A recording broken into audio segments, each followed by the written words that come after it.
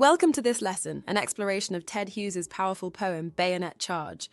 Previously, we touched upon the poem's narrative and initial impressions, but today we will delve deeper into how Hughes's language and structural choices amplify the poem's themes of war and conflict.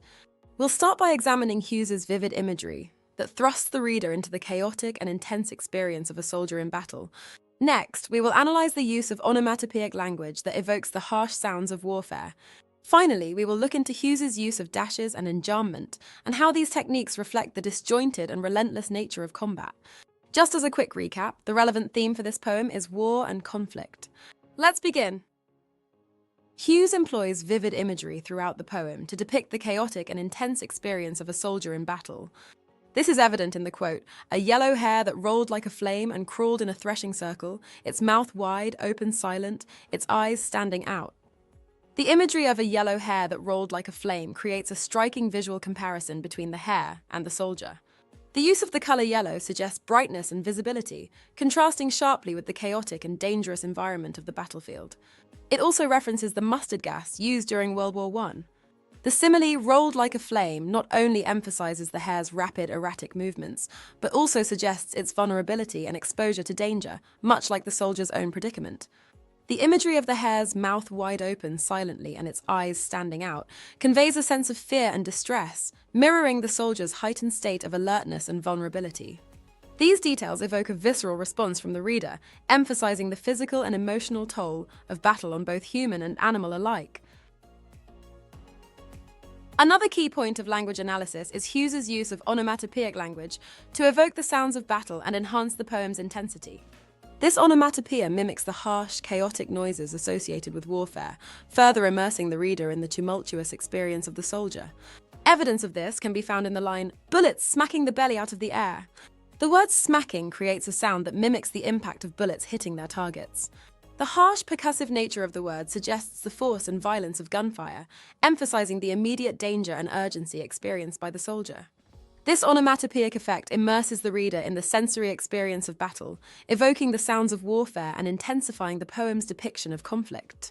Words like crackling and shot slashed are other examples of where the sounds of the words themselves convey the harsh realities of combat. This technique not only creates auditory imagery, but also heightens the poem's emotional intensity, allowing readers to vividly imagine and feel the chaos and peril faced by the soldier. Moving on to structure, Hughes employs dashes throughout the poem to create pauses and interruptions within the lines.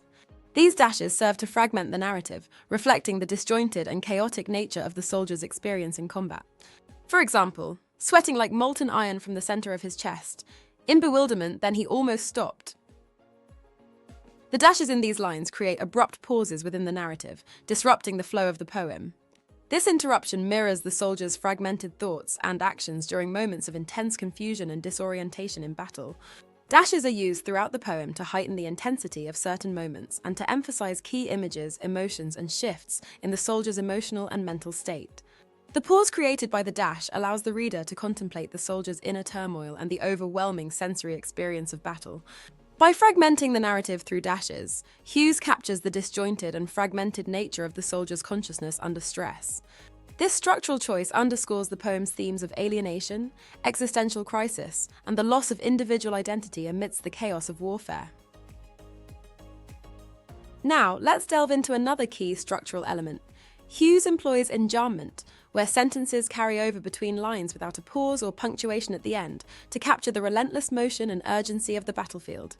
For instance, the lines, "stumbling across a field of clods towards a green hedge that dazzled with rifle fire," exhibit this technique.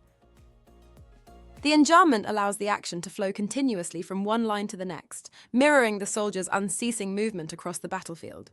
The lack of punctuation at the end of the first line creates a sense of momentum, as if the reader is being pushed forward just like the soldier. This continuity reflects the chaotic and urgent nature of his advance, enhancing the portrayal of the relentless and unpredictable battle. By using enjambment, Hughes effectively immerses the reader in the soldier's harrowing experience, intensifying the emotional impact and emphasizing the perpetual, unstoppable force of combat. Today we've covered how Hughes employs particular language techniques to depict the chaotic and intense experience of a soldier in battle. Through striking visual comparisons, such as a yellow hare that rolled like a flame, Hughes creates a visceral connection between the hare and the soldier, highlighting their shared vulnerability.